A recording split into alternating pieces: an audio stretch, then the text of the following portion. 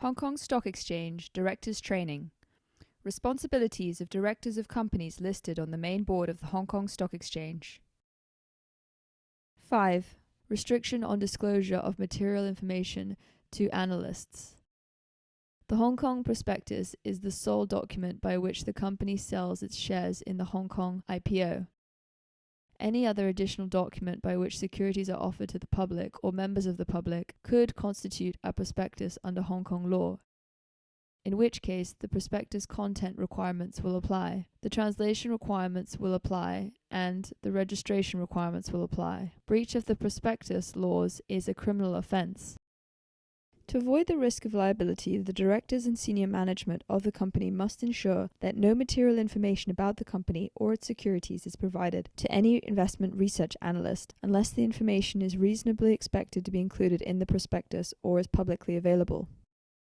When assessing whether any such information is material information, the test that should be applied is whether the information is material to an investor in forming a valid and justifiable opinion of the company and its financial condition and profitability.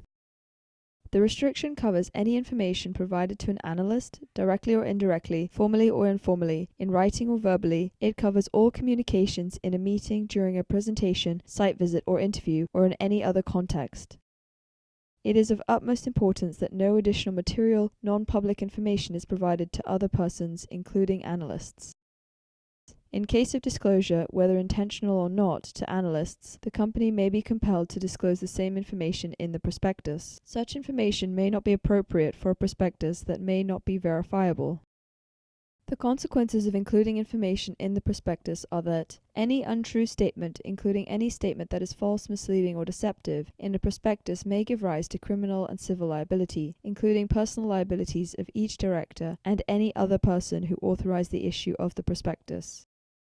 And the directors must likewise take personal liability for the truthfulness, accuracy, and completeness of any information the company may be compelled under the SFC rules to insert into the prospectus under the above circumstances. The restriction covers any information provided to an analyst, directly or indirectly, formally or informally, in writing or otherwise.